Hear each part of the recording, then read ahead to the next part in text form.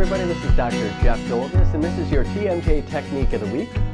This week's technique is called How to Choose a Mouth Guard. As you may have found out by now, there are many different types of mouth guards that dentists will make for patients who are suffering from TMJ dysfunction and related problems. I'm going to give you some easy tricks to know what kind of a mouth guard is appropriate for you.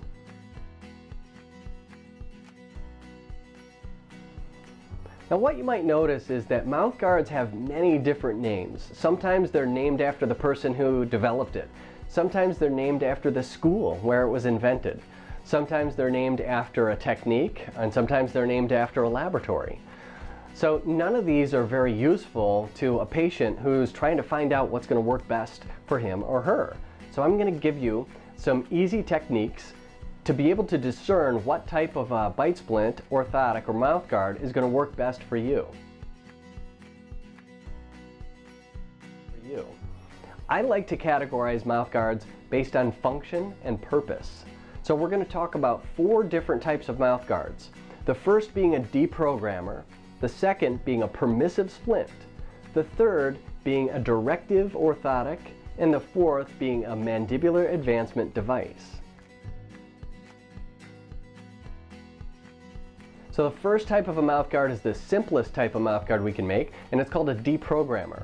There are lots of different variations of deprogrammers, one of which is called the NTI. Now NTI stands for nociceptive trigeminal inhibition, which is a reflex that this type of a device takes advantage of in order to shut down the activity in the temporalis muscle. The purpose of a deprogrammer is to keep the back teeth apart so that the temporalis muscle can't squeeze as hard.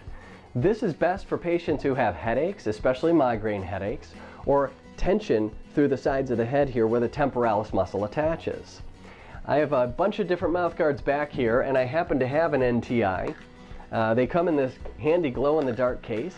I have this one that I made for myself just for such an occasion. I do not use this every night, but I made it to see if it would help me with my TMJ dysfunction.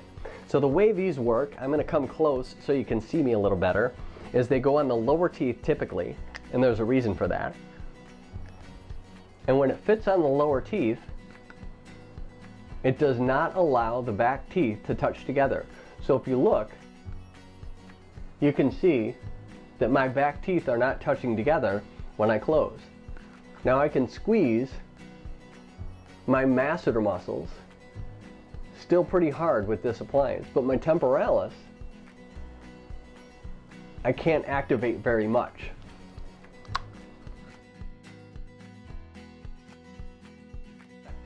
If you need to shut off the temporalis muscles and your jaw joints are healthy, then an NTI or another type of a deprogrammer may be the perfect fit for you. If, however, you've got noises in your joints like clicking or popping, or grinding noises, or pain in the joint structures right here in front of the ears, then a deprogrammer type of device can allow the muscles to apply too much force to those joints, and it may make the problem get worse.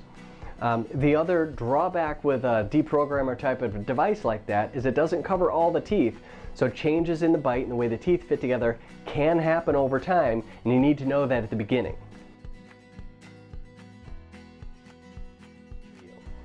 The next level of device would be called a permissive splint. A permissive splint generally will cover the whole arch. Now it might be the upper arch or it might be the lower arch, and there are different reasons that people make an upper versus a lower, but for the most part that's based on the preference of the dentist who's making the appliance. So I have here a permissive splint, which again I made for myself. This fits on my lower arch. Now when is a permissive splint appropriate? Or what is the purpose? Let's categorize this again according to its function. What are we trying to do? With a permissive splint, we're trying to reduce the forces that are applied to the teeth themselves by putting a piece of plastic in between them. We want to allow the lower jaw to close into a position that's reasonably comfortable and stable in terms of where the jaw condyle fits into the socket. Generally speaking, with a permissive splint, we want the condyle, the ball, to fit up into the socket in the jaw joint in the bite position. So we want condyle seating to match the occlusion on the bite splint. I'll show you what my permissive bite splint looks like, and I'll show you why it's called permissive. So when I put this in, and then I bite, you can see I can go side to side and forward, smooth. So we're looking for smooth function throughout the range of motion of the mandible with very little resistance. If we have smooth function, it means that there's not as much for the lower jaw and the jaw muscles to grab onto, to squeeze and push and pull and tug. So if you wear a permissive splint, your jaw, you may be what we call a bruxer, somebody who grinds their teeth at night. You go side to side and forward and back, and there's a lot of activity that happens. Sometimes there's nothing we can do about that. It's just something that you do, and it's a function of your nervous system. If that's you, if you're a bruxer or a grinder at night, then a permissive splint may be the best choice for you. A permissive splint is going to permit your lower jaw and your jaw muscles to move around like they seem to want to sometimes. Again, kind of like with the Deprogrammer, if you have significant internal derangements in your joints, meaning there's lots of clicking and popping, or if you have degenerative changes, which can sometimes result in pain and grinding noises in the jaw joints, then a permissive splint will allow you to pull your jaw back, just like it allows you to move your jaw forward and side to side. So if you've got significant internal, intracapsular jaw joint problems, a permissive splint may also not be a good choice for you.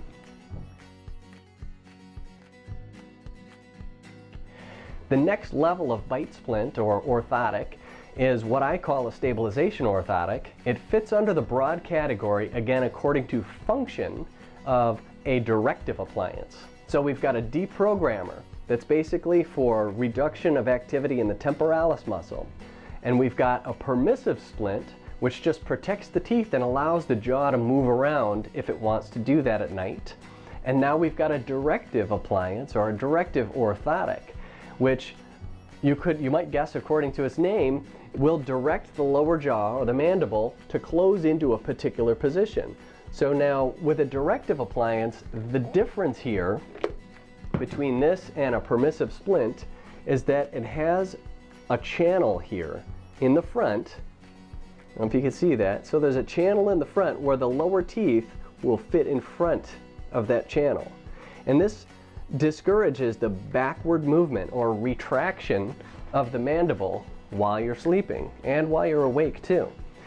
This is the type of appliance, and you can see what happens here when my friend here, Fred the head, when he closes, he deflects forward a little bit. And what happens to the jaw joint is it unloads this structure right there. So you can see he closes and it unloads the jaw joint. If we show you the other side, where there's a disc in between, let's see if I can get a good picture of this. When he closes, it brings the space, the joint space, to a less compressed position, which is kind of down and forward. Now, decompressing the jaw joints is sometimes the best way to approach an intracapsular problem, where you might have pain on palpation of those areas right in front of your ears where your jaw joints are, where you might have clicking and popping in your jaw joints when you open or close or chew food, or if you have grindy noises indicating that there's some level of degenerative change, arthritic type changes in your jaw joints. If that's the case for you, a directive type stabilization orthotic may be the best choice for you.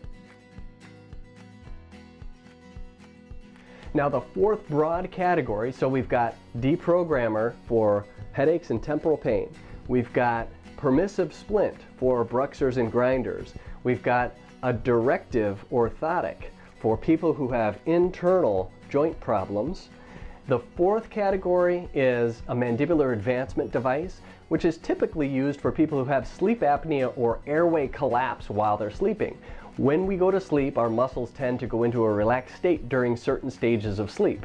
When that happens, the jaw can open and fall back and cause people to collapse their airway, snore, and sometimes stop breathing altogether. This is called obstructive sleep apnea.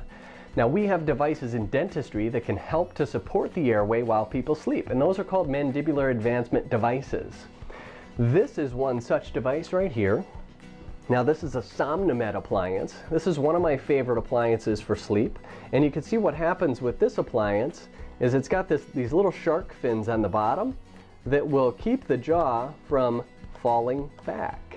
So when this person opens, that shark fin here falls against this little ledge there, which is adjustable. So we again want to prevent the jaw from falling backwards. Now notice that the upper and lower members are not connected on a SomnoMed device. There are many other types of mandibular advancement devices. The other one that I commonly use is called an EMA device, which you can see is attached to the upper and lower member and is very small. So if you need room for your tongue or you can't tolerate a lot of material like acrylic in your mouth, an EMA appliance might be the best choice for you if obstructive sleep apnea and maintaining the airway is your primary goal. So when you're trying to decide what type of bite splint or mouth guard is going to be the best and most appropriate for your jaw problem, take a moment to think about this in terms of function and these broad categories, okay? So Deprogrammer, Permissive Splint, Directive Appliance, and Mandibular Advancement Device. I hope you find this helpful as you go shopping around for a solution to your problem. This has been your TMJ Technique of the Week. I'm Dr. Jeff Golgus, and I'll see you next time.